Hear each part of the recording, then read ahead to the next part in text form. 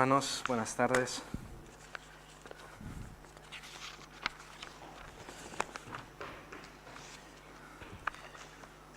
Os conviene que yo me vaya.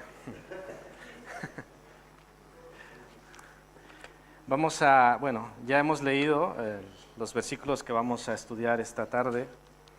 Es interesante cómo dice, retrocedo un versículo 4, 16:4, dice: mas he dicho estas cosas para que cuando llegue la hora os acordéis de que ya os lo había dicho. Y dice después: esto no os lo dije al principio porque yo estaba con vosotros. Llegaba un momento crucial, lo venimos viendo, donde Jesús se despide, donde Jesús les va diciendo ciertas cosas que antes no les había dicho, pero que ahora se hacían necesarias. El Señor partía con el Padre y se hacía necesario. Y no solo se hacía necesario el decirle ciertas cosas, sino quería que sus discípulos entendiesen que debía irse, que convenía que el Espíritu Santo viniera. Es también interesante ver cómo los versículos nos introducen en el sentido de que Jesús hace poco les había dicho: no se turbe vuestro corazón, ni tenga miedo. Y sin embargo, vemos en el versículo 6 que ellos estaban tristes. Dice versículo 6, antes porque os he dicho estas cosas, tristeza ha llenado vuestro corazón. No sé, ¿qué pensáis? ¿Era válido que los discípulos estuvieran tristes? El Señor les invitaba a que no estuvieran tristes, a que no se turbaran, pero hasta cierto punto era normal que ellos estuvieran tristes porque Jesús se iba. Quizá ellos todavía no alcanzaban a entender muy bien el hecho de que Jesús iba a una cruz, no, estaban digeriéndolo y evidentemente no era sencillo. Pero Jesús debía culminar aquella obra perfecta en la cruz, su obra redentora, y luego el Espíritu tendría que venir a hacer su propia obra, la obra santificadora en el mundo y en los discípulos. Es una lección difícil, pero Jesús intentaba que sus discípulos realmente entendieran que era lo más conveniente. Por eso decía: os conviene que yo me vaya. Es conveniente que yo me vaya y es conveniente que el Consolador venga. Así que esta tarde vamos a hablar mucho del Espíritu Santo. No todo lo que es el Espíritu Santo, solamente lo que se nos dice en este pasaje. Bueno, tenemos ahí 3 puntos. El Espíritu Santo convencerá al mundo, el Espíritu Santo os guiará a toda la verdad y el Espíritu Santo glorificará al Hijo. Vamos al primer punto. ¿De qué convencerá el Espíritu Santo al mundo? Tenemos ahí 3 puntos que están muy marcados en el pasaje, pero antes de abordar estos 3 puntos, quisiera mencionar que esta palabra convencerá es clave. Tenemos muy bien que entender qué quiere decir, porque Él convencerá al mundo de pecado, de justicia y de juicio. Bueno, la palabra aquí utilizada es un verbo que se pronuncia elencho, significa exponer, reprobar o corregir. Exponer, reprobar o corregir. Fijaros, el Espíritu Santo expondrá, reprobará y corregirá, y otros sinónimos que tienen el sentido de condenar. Es una acción de condenar, probando y demostrando la culpabilidad de alguien. Así que viene el Espíritu Santo y te expone y te dice: tú eres culpable y te lo demuestro.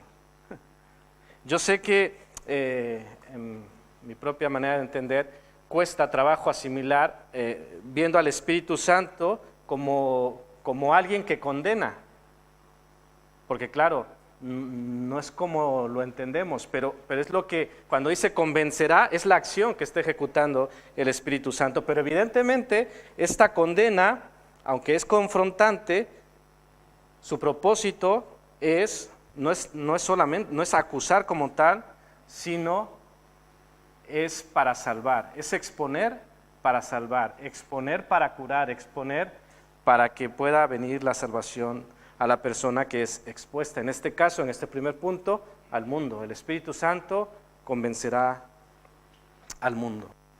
Primeramente dice el versículo 9, de pecado por cuanto no creen en mí.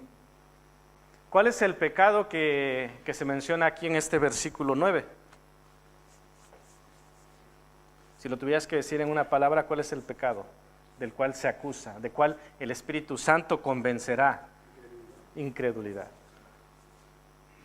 El pecado del cual se acusa aquí es incredulidad. Y os leo unos versículos muy conocidos en Juan 3, 18, 19 y luego el 36, que dice, el que en él cree no es condenado, pero el que no cree ya ha sido condenado. ¿Por qué? Porque no ha creído en el nombre del unigénito Hijo de Dios. ¿Por qué es condenado? Porque no ha creído. Se le está acusando de incredulidad.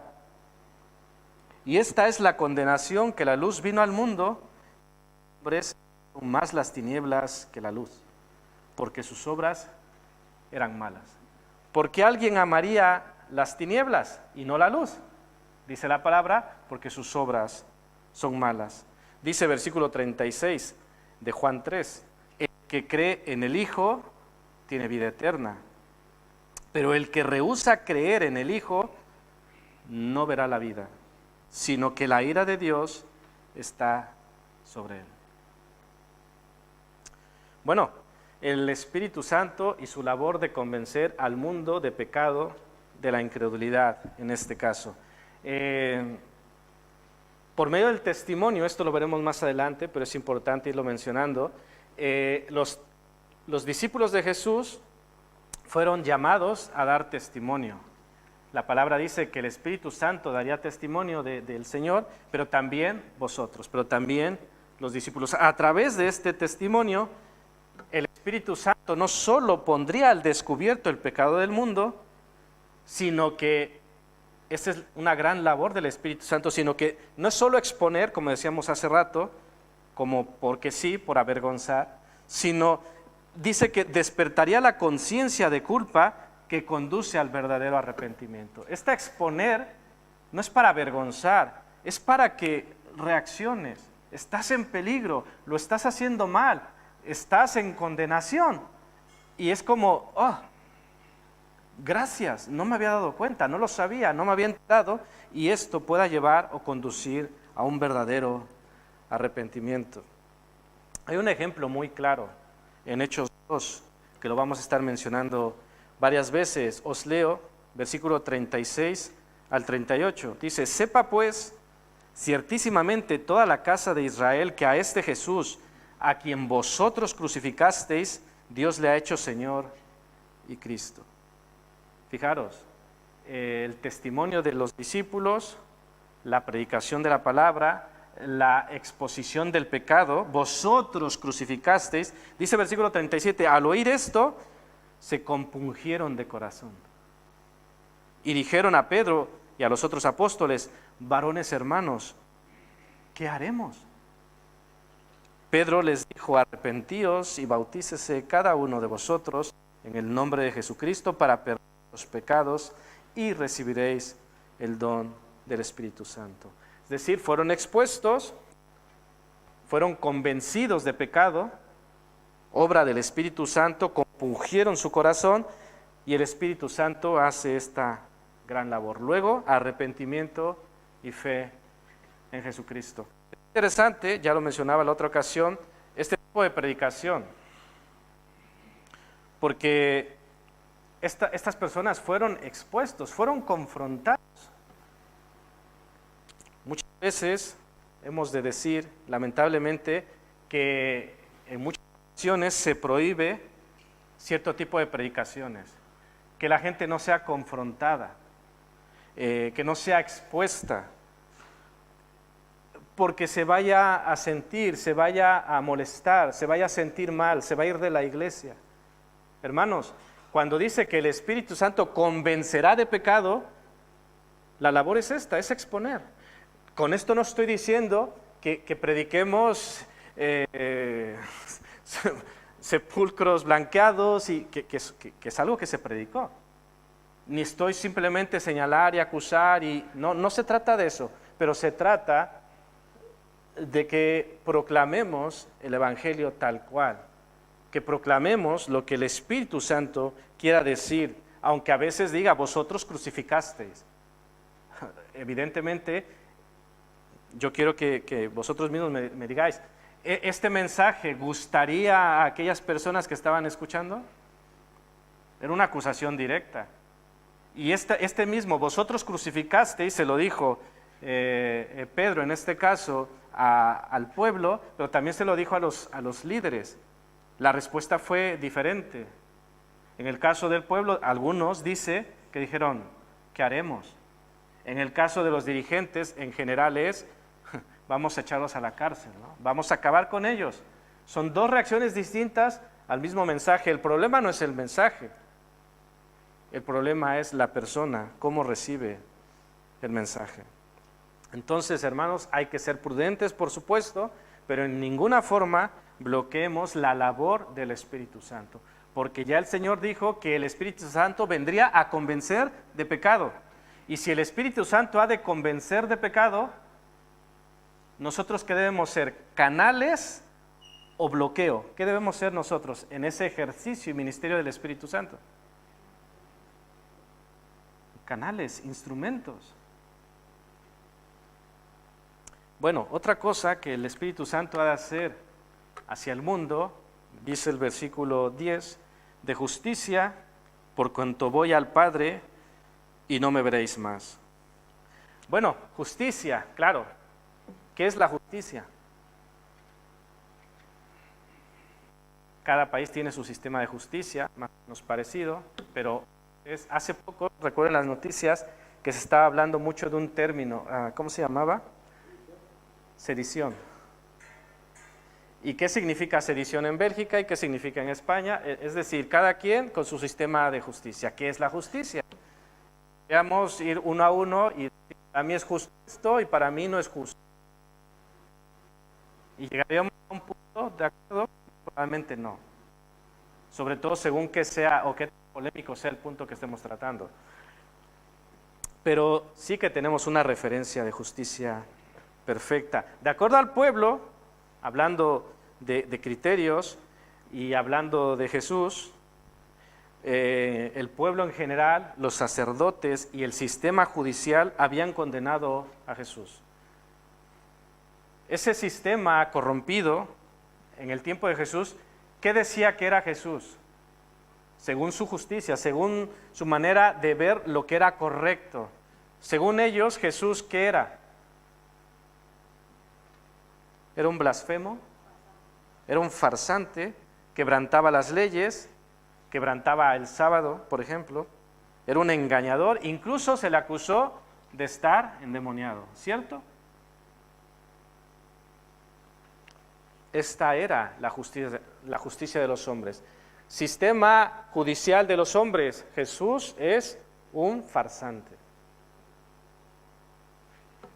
¿Qué es la justicia? Por el contrario, por su parte, cuando dice este versículo, por cuanto voy al Padre y no me veréis más, es decir, Jesús iba ante la presencia de su Padre, podemos ver que aquí estamos viendo, entre muchas otras cosas, es la aceptación del Padre sobre el Hijo, la aceptación de su obra, la aceptación de su sacrificio. Es decir, los hombres le veían como un farsante, ¿y cómo le veía a Dios? Muy distinto, o sea, justicia de los hombres, justicia de Dios. Por medio de la resurrección, el Padre puso el sello de aprobación en su vida y obra. Jesús fue, como dice Hechos 2, 22 y 23, fue un varón aprobado por Dios, reprobado por el mundo, aprobado por Dios. Entonces tenemos en Jesús lo que es un modelo de justicia. Y al tener en Jesús un modelo de justicia, viene a pasar un poco lo semejante. Ese modelo de justicia expone, acusa mi sistema de justicia. Porque hay una referencia, hay un ideal de lo que es correcto, y entonces yo soy comparado y soy expuesto.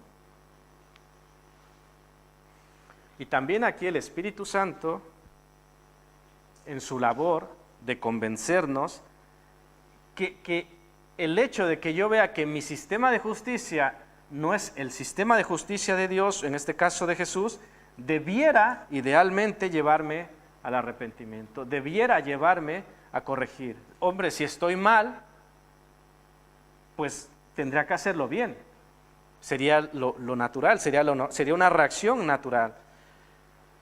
Así que, dice aquí, es labor del Espíritu Santo hacer que los pecadores reconozcan la justicia perfecta de Dios para que admitan que han fallado, se arrepientan y se aparten de ello. Es parte de su labor con el mundo, convencer de pecado. Eres incrédulo y si no crees en Jesucristo, perecerás en tus propios pecados. También es necesario exponer el sistema de justicia, es necesario exponer que en este sentido también nos equivocamos y hemos de corregir. Dice el versículo 11, y de juicio por cuanto el príncipe de este mundo ha sido ya juzgado. No, yo creo que a la luz de lo que hemos estudiado y a la luz del contexto, queda claro quién es el que juzga y quién es el condenado. ¿Quién es el que juzga? Jesús. ¿Y quién es el juzgado? ¿Qué dice el versículo 11? El príncipe de este mundo ha sido ya juzgado. Es decir, ¿quieres sujetarte al príncipe de este mundo? ¿Quieres sujetarte a las cosas de este mundo? ¿Qué te espera? ¿Qué dirías? No, si te sujetas a las cosas de este mundo, al príncipe de este mundo que ha sido condenado, si a él le ha tocado condenación, ¿qué te tocará a ti? Un poco de lo mismo, condenación. El Espíritu Santo muestra, en medio de la resurrección, juzgado y condenado. Jesús resucitó, Jesús vive, Jesús venció. Así que es también labor del Espíritu Santo a través de todo esto demostrar quién es el que juzga, quién es el juzgado, en dónde está la victoria y en dónde no está la victoria. Hay un comentario que leí que es muy interesante porque estamos hablando de pecado, de justicia y de juicio y este comentarista dice que en Hechos 2, 22 en adelante, cuando Pedro está predicando, toca estos 3 puntos. Dice, el pecado de rechazar a Cristo, lo que hemos visto, la incredulidad. Y decía allí en Hechos 2, vosotros prendisteis y matasteis por manos de inicuos, crucificándole a este Jesús a quien vosotros crucificasteis. 2:23 de Hechos, resumido. Entonces está haciendo la misma acusación que el Espíritu Santo, convenciendo de la incredulidad, en este caso de pecado. Justicia, dice también en el mismo pasaje, Jesús Nazareno, varón aprobado por Dios, lo que decíamos, su justicia. Y juicio, dice aquí, el juicio de los hostiles a Cristo, siéntate a mi diestra hasta que ponga a tus enemigos por estrado de tus pies. Dice Hechos 2:40, sed salvos de esta perversa generación. ¿Cuál fue el resultado de esta predicación? Que ya la he mencionado. Pero fijaros, al oír esto se compungieron de corazón y dijeron, varones hermanos, ¿qué haremos? Y dice la Escritura que ese día se añadieron como 3,000 personas. Era la labor del Espíritu Santo, venciendo de pecado, de justicia y de juicio. ¿Cuál es el resultado?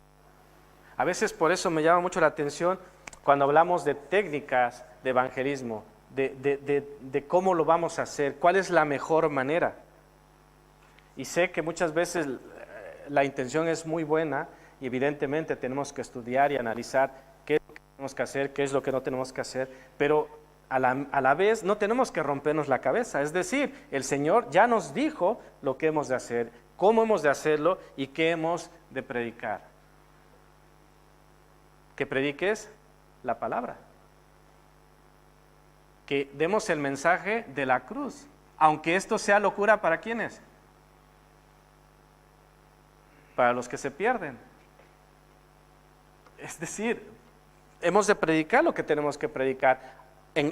Algunos dirán, ¿qué haremos? Y algunos dirán, me dan ganas de encarcelarte o me dan ganas de otra cosa. Pero el mensaje se tiene que decir y se tiene que comentar lo que decíamos hace rato, la ocasión anterior. No podemos callar lo que hemos visto y oído. No podemos y no debemos callar. El mensaje debe darse. Si gusta, gloria a Dios, y si no gusta, pues también gloria a Dios. Hemos hecho lo que nos toca. Tampoco se trata de ser ogro, ni se trata de que nadie reciba el mensaje, por supuesto que no, pero hemos de dar el mensaje que Dios nos da a través de su palabra. Y en este caso, grande es la labor del Espíritu Santo, porque Él es el que convence. Podemos dar un mensaje con todas las técnicas que vosotros podáis pensar, perfecto, pero si el Espíritu Santo no está allí, ¿qué va a pasar? Nada. Y a lo mejor, y no estoy con esto defendiendo que no estudiemos, que no nos preparemos, no estoy diciendo esto, pero a lo mejor sea un mensaje, permitidme, sencillo, que alguien diga, hombre, homiléticamente, expositivo, no, como que le falta, pero tiene el Espíritu Santo, la unción del Espíritu Santo. ¿Y qué pasa con ese mensaje? De hecho, este mensaje, creo que lo comenté en una ocasión anterior, a la mayoría de nosotros no nos gustaría, acusativo, ¿no? Vosotros crucificasteis. Y sin embargo, ¿cuántas personas se convirtieron? Y en la otra ocasión también hablábamos en Hechos 4, un mensaje de Pedro en Hechos 2, 3,000, Hechos 4, 5,000. Porque no eran técnicas humanas, sino era el poder del Espíritu Santo en acción, como tiene que ser hoy, hermanos. Dice la segunda parte, versículo 13, el Espíritu Santo os guiará a toda la verdad. Hay tres acciones: vendrá, guiará y revelará.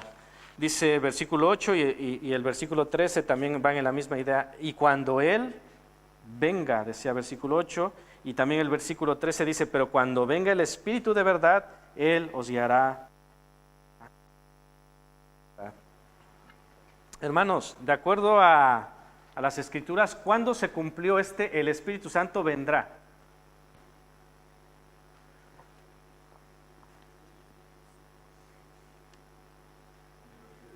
Pentecostés, claro. Hechos 2, Pentecostés. Esto, el Espíritu Santo vendrá, se cumplió. Hechos 2, día de Pentecostés, 50 días después de que nuestro Señor muriera.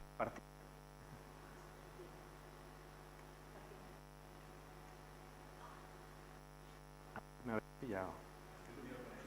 Cuando ascendió. Bueno. Entonces, esto se cumplió. Él vendrá y se cumplió. Os conviene que yo me vaya, dice, porque si no me fuera, el Consolador no vendría a vosotros. Versículo 7 es la idea que les quiere transmitir a sus discípulos. Estaban tristes, estaban con toda la situación, iba muy rápido y no acababan de entender qué pasaba, pero el Señor les dice, creedme, os conviene que yo me vaya, porque si yo no me voy, el Consolador no vendría. Es decir, para terminar su obra expiatoria tenía que partir, era parte del plan perfecto de Dios. Cuando dice guiará, literalmente significa irá delante. El Espíritu Santo guía. El Espíritu Santo no obliga a nadie, no manipula a nadie. Él nos guía, también es importante decirlo, a toda la verdad. Me pareció muy interesante y que dice, el Espíritu Santo nunca pasa por encima de un tema y nunca existe un punto de doctrina de todo lo demás. Es decir, a veces nos vamos a los extremos, mucho Espíritu Santo, mucho énfasis, exceso, y muchas veces nos vamos al otro extremo, Espíritu Santo, nada. El Espíritu Santo ni es todo, entendedme, ni es nada. El Espíritu Santo nos guía a toda la verdad, o sea, es todo. no, ni un lado ni otro, es todo, no hay solo un énfasis. No debemos cargarnos en un solo énfasis doctrinal, tenemos que irnos en un énfasis de toda la verdad, porque es lo que dice la Escritura, y aquí se dice la expresión toda la verdad, no de las verdades posteriores, a la verdad dada por el Hijo de Dios, la verdad a la que nos guía el Espíritu Santo, es a la verdad acerca de Cristo. Cuando dice que Él nos guiará a toda verdad, no está diciendo que habrá nuevas revelaciones. Oh, el Espíritu Santo me ha revelado algo nuevo. No está aquí, es nuevo, acaba de llegar, acaba de salir. Y es distinto a esto. Y le pongo el nombre de que el Espíritu Santo me guía, porque la palabra dice que Él me guiará o nos guiará a toda la verdad. Entonces me está guiando. Pero si nos salimos de esta verdad, ¿será el Espíritu Santo o qué será lo que nos está guiando en ese sentido? ¿Qué diríais? El Espíritu Santo, y lo vamos a ver más adelante porque aquí lo está, aquí lo dice versículo 14, Él me glorificará porque tomará de lo mío y os lo hará saber.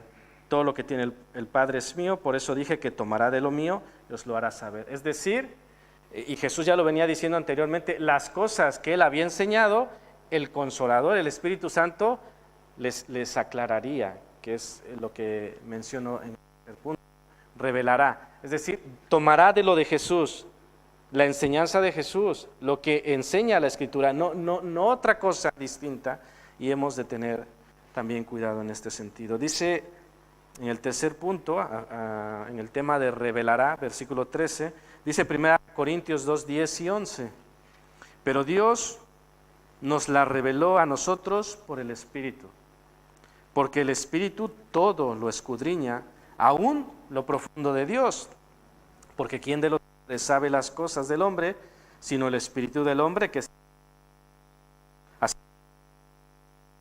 Dios, sino el Espíritu de Dios?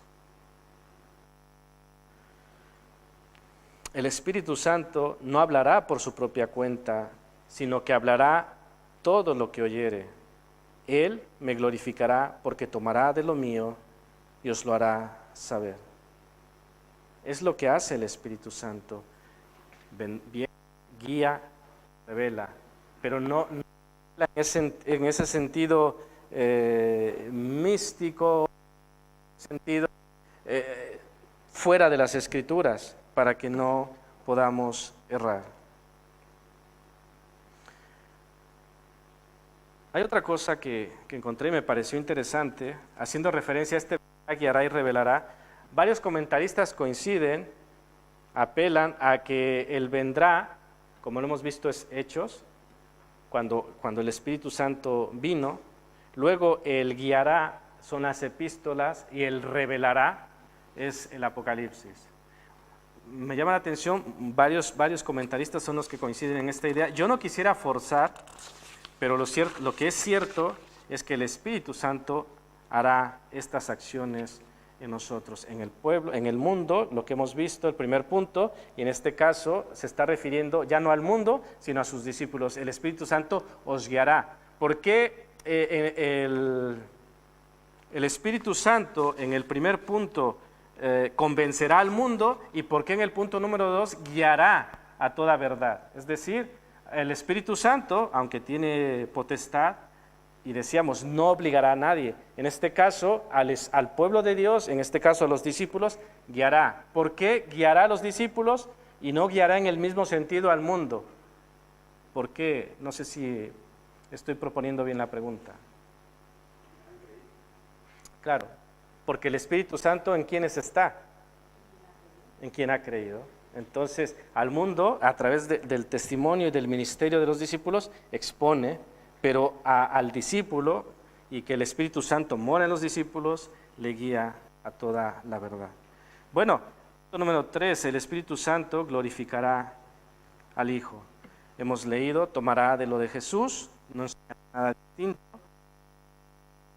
Testimonio acerca de mí, decía el mismo Juan en 15, Él dará testimonio acerca de mí. Juan, Él glorificará.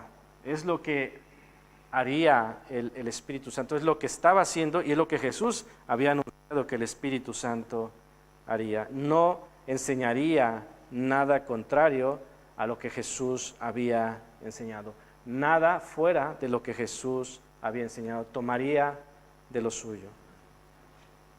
Bueno, también el Espíritu Santo aclararía la enseñanza de Jesús. Todo lo que Cristo ha hecho, hace y hará.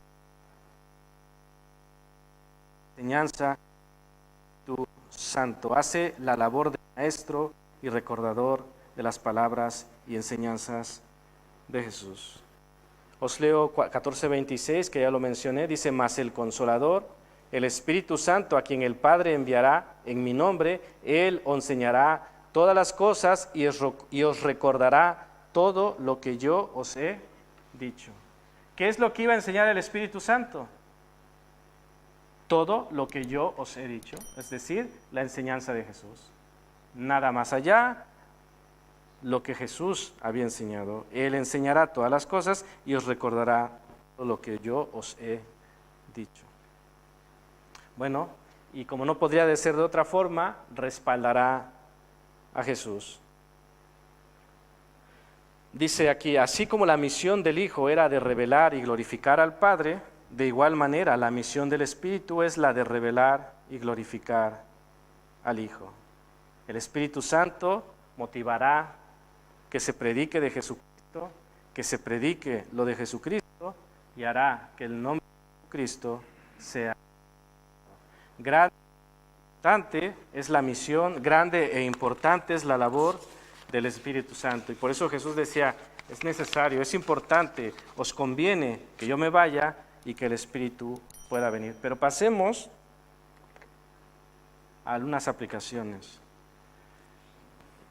El Consolador, el Espíritu Santo, viene a nosotros. Ya lo decía, yo creo que podemos concluir, podemos coincidir en que la labor del Espíritu Santo en este mundo, la labor del Espíritu Santo en la iglesia es importante. ¿Podremos estar de acuerdo en ello? Sí, ¿no? Muy importante, incluso podríamos decir. La cuestión es que esa gran labor la hace a través de nosotros. Es decir, podemos hablar de un personaje como el Espíritu Santo, que es maravilloso, que es Dios mismo y que tiene una gran labor. Y alguien puede decir: vale, respetable, interesante, pero ¿qué tiene que ver conmigo? La cuestión aquí es que esta gran labor que hemos estudiado un poco, porque no estamos hablando todo lo que es el Espíritu Santo, ni todo lo que hace el Espíritu Santo, pero solamente a la luz de este pasaje podemos concluir que es muy importante. Pero lo que quiero que rescatemos hoy como importante es que tiene que ver contigo y conmigo. Sabemos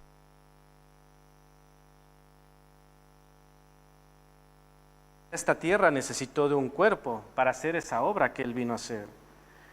El Espíritu Santo también necesita un cuerpo para hacer lo que Él viene a hacer a este mundo. ¿Quién o quiénes son ese cuerpo? Yo creo que lo tenemos claro. La iglesia, nosotros.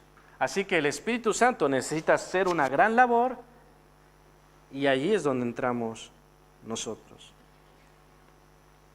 Tenemos que entender esto, tenemos que tenerlo muy claro porque, por ejemplo, no es malo, no malinterpretéis, porque a veces yo leí, a veces se escucha, por ejemplo: Señor, manda tu Espíritu para que hable a los perdidos.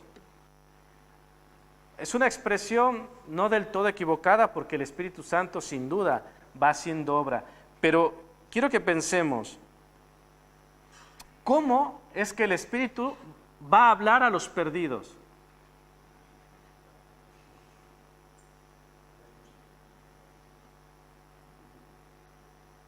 Lo hemos visto, predicación de Pedro, predicación de Pedro y Juan en Hechos 4. Ellos hablaban y el Espíritu Santo obraba.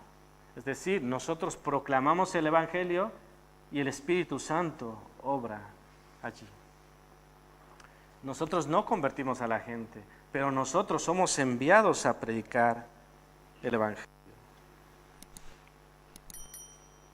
he mencionado, ¿no? Lo que sucedió en el Espíritu Santo llenó a Pedro, predicó como predicó, de la forma que predicó, y muchos vinieron a los pies de Cristo. Tenemos esa grande responsabilidad, hermanos. Si queremos seguir a Cristo, no es opcional, no es como, vale, me cojo este pack que incluye la salvación, pero no me incluyo el pack que incluye la responsabilidad, ¿no? Como a veces se nos da a elegir. Vamos a contratar algo y bueno, ¿qué quieres? ¿Cuántos megas? Datos ilimitados. ¿Qué quieres? En este caso no es así. La salvación no es como paquetes o planes. La salvación es como el Señor nos la propone. Necesitamos ser salvos porque estamos perdidos en nuestros delitos y pecados, pero al ser hijos de Dios, asumimos de manera automática esa responsabilidad de vivir como un hijo de Dios. No para aparentar, sino porque somos hijos de Dios. Y parte de ser hijos de Dios es ser iglesia y es hacer la labor de la iglesia, ser ese instrumento del Espíritu Santo, esa labor tan importante. Dice aquí, el Espíritu también revela a Cristo en la vida de los creyentes. ¿Hemos oído del fruto del Espíritu? ¿En dónde se revela ese fruto del Espíritu? ¿En los árboles? Nosotros. Y cuando se revela ese fruto del Espíritu en la iglesia, el mundo puede ver a Dios. Puede ver lo que Él hace en la vida de las personas. Puede ver la acción cumplida en hombres y mujeres como el mundo, que nosotros también somos hombres y mujeres. Hermanos, no desconectemos estas dos cosas. La grande labor del Espíritu Santo, debemos tenerla muy clara, pero debemos tener muy claro que esa grande labor tiene que ver mucho con nosotros. Y que no se trata de una mala noticia, no se trata de, oh, ¿y ahora qué voy a hacer? Yo ya tenía bastantes quehaceres. No, es algo natural. Eres hijo de Dios y lo asumimos. Es natural. Eres hijo de Dios, hablas con Dios. Eres hijo de Dios, pasas tiempo con Dios. Eres hijo de Dios, reflejamos a Dios. Al menos es lo que debería ser. Vamos a la segunda parte. Yo no he pecado. En algún momento nos podemos encontrar con gente así. Dice, hemos estudiado que Él, el Espíritu Santo, convencerá al mundo de pecado. Y yo pregunto, ¿el mundo está convencido de pecado? No. No quiere saber. Pecado es de estas palabras prohibidas de hoy en día. Pecado, ¿de qué hablas? ¿Qué es eso? ¿Es objeto de burla, objeto de chistes o simplemente de rechazo? ¿Qué es eso? A mí no me hables de esas cosas. El Espíritu Santo vino a convencer de pecado, pero el mundo no quiere saber de pecado, ni mucho menos convencerse de que es culpable de incredulidad, que es lo que el Espíritu Santo viene a hacer. Por eso necesitamos esa convicción del Espíritu. Es esa labor del Espíritu Santo, porque ni tú ni yo podemos convencer a nadie. Te puedes aprender la mejor técnica, te puedes aprender el Evangelio de Juan, pero tú y yo no vamos a convencer a nadie. Y no por eso digo que no aprendamos, y no por eso no digo que nos preparemos. Hermanos, ¿quién va a convencer al mundo de pecado? El Espíritu Santo. Esto me pone a pensar, hermanos, porque en alguna ocasión me ha pasado, debo confesarlo, que tienes la oportunidad de compartir con alguien y le planteas, no me malinterpretéis, los 4 pasos del evangelismo. No estoy diciendo que son 4 pasos ni nada, pero empieza a decir, hemos pecado, necesitamos un Salvador, y vas llevando. Y llegas a la parte en que esperas que la gente diga, ¿qué haremos? Y la gente dice, ajá, y es como, no pasó nada. Y es muy incómodo porque dices, aquí algo está fallando. estaremos de acuerdo que el Espíritu Santo no está fallando. Entonces, o está fallando el receptor, o qué otra cosa puede estar fallando. El emisor.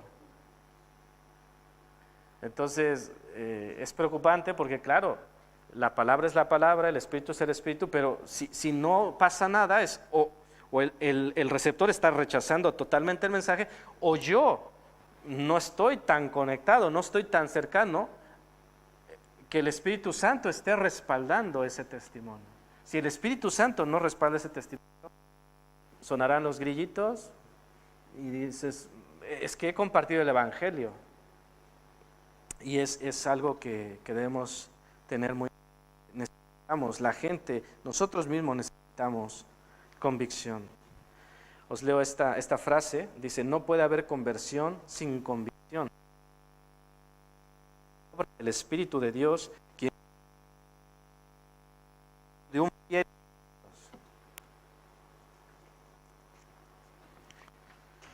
Dice Juan 8:24, por eso os dije que moriréis en vuestros pecados, porque si no creéis que yo soy, en vuestros pecados moriréis. Tenemos que decirlo claro, no creer en Jesús es pecado, y es del pecado que se te acusará. Si tú no crees en Jesucristo, serás condenado. No serás, permitidme y no me malinterpretéis, no serás condenado porque has pecado, porque has mentido, porque has hecho cosas malas. Porque eso lo hemos hecho todos. ¿Por qué serás condenado? ¿Por qué serás llamado a cuentas? ¿Creíste o no creíste? Eso marcará la diferencia. Porque no hay diferencia entre si alguien pecó o no pecó, porque, ¿qué dice la Escritura? ¿Hay diferencia? No, dice que todos hemos pecado, que no hay justo ni aún uno, no hay quien haga lo bueno. En eso no hay diferencias. Alguien puede decir, bueno, es que yo soy menos malo que mi hermanito, que mi hermanita. Bueno, a tu criterio, en tu sistema de justicia quizás sí, pero delante de Dios no es así. ¿De qué seremos llamados a cuentas? ¿Creíste o no creíste? Hermanos, no creer en Jesucristo es pecado. Y yo me atrevo a decir que muchos creyentes, y entendedme la expresión, muchos creyentes necesitamos creer. No sé si se entiende. Es un poco una ironía. Muchos creyentes necesitamos creer.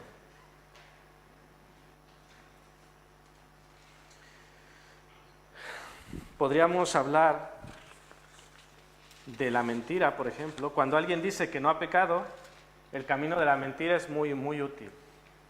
Porque podemos resistirnos a según qué pecados, pero si somos llevados al tema de la mentira, ¿has mentido? Yo no he escuchado todavía a nadie que diga yo no he mentido. ¿Y qué dice la palabra sobre los mentirosos? Apocalipsis 21:8. ¿Qué dice de los mentirosos? Que serán echados a nadar en un laguito. Entonces, el Señor es claro.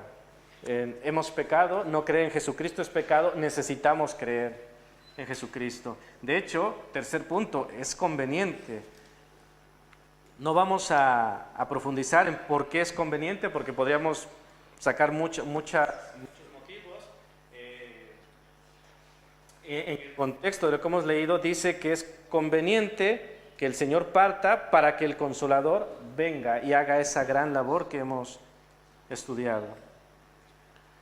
Yo quiero que pensemos, hablando de conveniencia, ¿qué cosas dirías que son convenientes en tu vida y que quizá no lo estás viendo así? Cosas convenientes en mi vida. Jesús decía, me voy, me debo ir y es conveniente. Ellos no lo veían así, ellos estaban tristes, ellos no querían que se fuera. ¿Qué cosas son convenientes en nuestras vidas? ¿Qué cosas están pasando en nuestras vidas que son convenientes y que no lo vemos así? Jesús, en este sentido, nos dice, yo os digo la verdad. El Señor es la verdad, y el Señor nos dice la verdad, y hay cosas que Él nos indica que son convenientes. ¿Jesús tendrá razón? Por supuesto.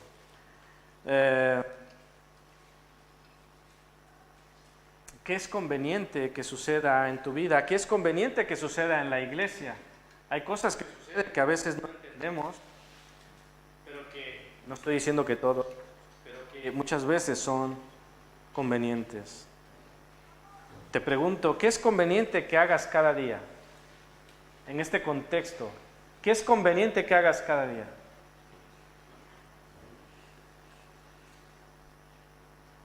Hombre, podemos decir, bueno, es conveniente que coma, es conveniente que duermas. ¿Qué más es conveniente? En temas espirituales, ¿qué es conveniente que pase en mi vida cada día? Orar. Palabra. ¿Es conveniente? Yo creo que, si no un 100%, que casi que sí lo alcanzaríamos, diríamos, es conveniente. Hermanos, muchas veces, ¿por qué llegamos a conclusiones así y luego en la práctica qué pasa? Lo conveniente no lo hacemos. Pero si es conveniente, ya, es muy conveniente, pero algo pasa, como dicen, del plato a la boca, se cae la sopa, ¿no? ¿Dicen? Entonces, es conveniente orar y estudiar la palabra todos los días, luego en la práctica, ¿qué pasó? Pues que era tan conveniente, pero que no lo hice. Es tan conveniente, pero que no lo... Estamos haciendo lo conveniente. Hermanos, estamos siendo instrumentos. El punto número 1, ¿estamos siendo instrumentos del Espíritu Santo o estamos siendo obstáculos del Espíritu Santo? Es una reflexión interesante, importante y también quizá personal. No se trata de ahora aquí la mea culpa, ¿no? Pero sí reconocer lo que tenemos que hacer y lo que estamos haciendo. Quiero terminar mencionando, hace poco estudiábamos el Emmanuel, Dios con nosotros, ¿lo recordáis? Quizá no. Pero es maravilloso y lo estudiamos desde el Evangelio, pero también incluso desde Isaías, Dios mismo viniendo a salvar, Dios con nosotros. Pero fijaros, lo que es el Espíritu Santo es Dios en nosotros. Es tremendo. Ya Dios con nosotros es excepcional y maravilloso. Ahora, en el Espíritu Santo es Dios en nosotros. Dios en ti y Dios en mí. Dios en su iglesia. ¿No os parece maravilloso? Sé que nos costará recibir aquella lección que Jesús decía, os conviene que yo me vaya, porque queremos estar con el Señor. Pero el Señor nos declaró que no nos dejaría solos y que volveremos a ver, porque Él ya lo dijo, ya lo estudiamos, voy a prepararos lugar, voy a prepararos una morada y volveré. Es decir, no es para siempre, Él no nos ha dejado para siempre y no nos ha dejado solos, nos ha dejado el Consolador, pero en todo caso el Señor volverá. Hemos de estar preparados, hemos de estar vigilantes, hemos de estar siendo esos instrumentos que el Señor quiere que seamos. Hermanos, que el Señor los bendiga.